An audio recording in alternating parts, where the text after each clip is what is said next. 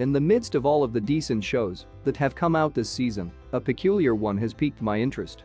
This is of course a very special show, often described as being intentionally unintentionally funny by the people who know fuck all about what they are talking about. So why is this show so intentionally unintentionally funny? It isn't. Mayoiga is a show that had some of the worst writing I've ever seen, and it seems to have picked up on that fact, albeit a little bit too late. What people seem to be missing is that, when a show makes itself looks ridiculous and ends up being a mess, its genres do not change by default as well. Erased was never a mystery herder. Enter Teenage Angst, the series. It was like watching a train wreck, so bad, however so appealing to watch, that you can't look away. Welcome to So Bad It's Actually Funny, the anime. Sort of. It's hard to explain just how bad Mayoiga actually is without seeing it with your own eyes, but if I were to use one word to describe it, then it'd be amateurish. It feels like both the script writing and the directing were done by a group of 14-year-olds for some school film project or something. It's like one of those second-rate Western horror flicks that you solely watch for shits and giggles, except put in an anime format for even greater effect.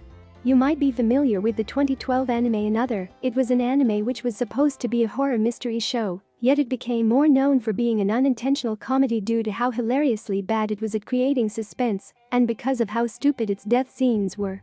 Guess what? Mayoiga and Another share the same director, and as a result Mayoiga is basically the same deal all over again, though with a lot less casualties in it this time. Actually, that's not entirely fair. Mayoiga is even worse. Remember when Lost, American live-action series, became an omelet of horrible ideas? Bus show creators must have thought that was good writing and made a show out of it. Spoiler alert, the cast is one of many assaults on one's sanity.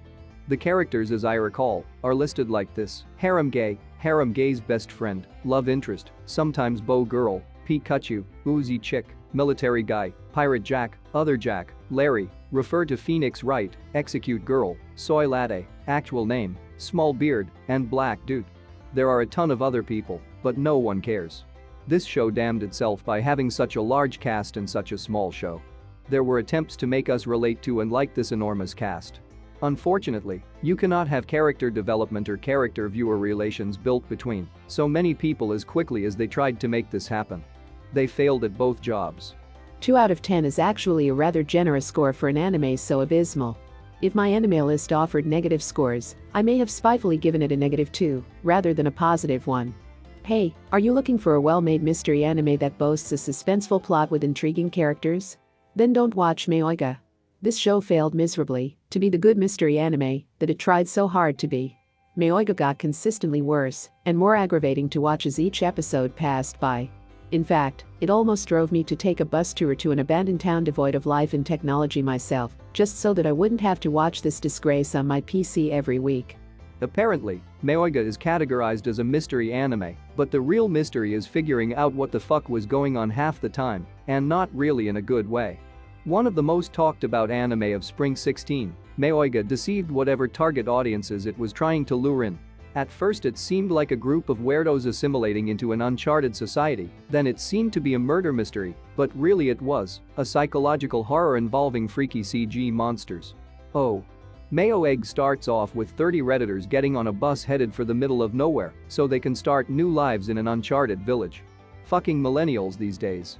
And I almost wanted to drop the show after the first 5 minutes because they were spent on introducing each character, one by one, as if anyone's expected to remember them. And they're all tropes. I get that only a fucking crazy idiot would get on this magic school bus to hell, but very few are actually insane. Everyone else is just an anime trope. The guy who raps all the time. The guy who eats food all the time. The potential serial murderer who doesn't talk. Is this supposed to be some big joke? Mayoiga is a perfect example of a third-rate anime that takes itself too seriously with its cardboard characters and creates few unintended pitying chuckles.